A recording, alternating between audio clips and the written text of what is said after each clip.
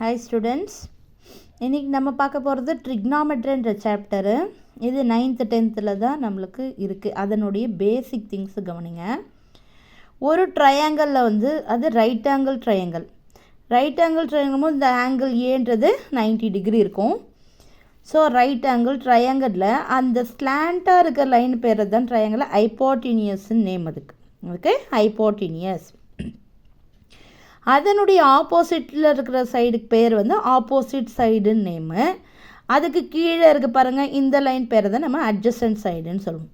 So opposite side, adjacent side, hypotenuse. இதை base பண்ணி தான் ட்ரிக்னாமெட்ரிக் ரேஷியோஸே இருக்குது.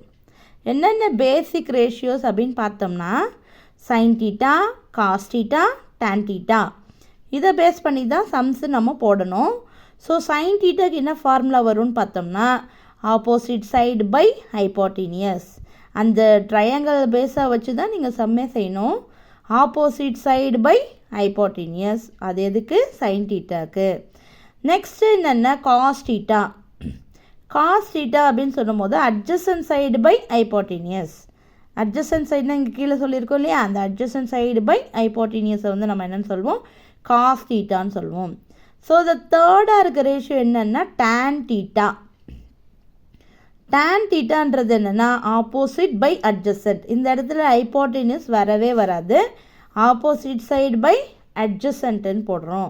அப்போ ஆப்போசிட் பை அட்ஜசன்ட்டை வேறு எப்படி சொல்ல முடியும் டான் தீட்டாவை அப்படின்னு சொன்னோம்னா சைன் தீட்டா பை காஸ் தீட்டாவும் டான் தீட்டா தான்.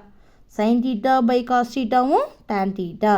ஸோ இன்றைக்கி நம்ம sine theta, cos theta, tan தீட்டான்ற ட்ரிக்னாமெட்ரிக் ரேஷியோஸை பார்த்துருக்கோம். தேங்க்யூ.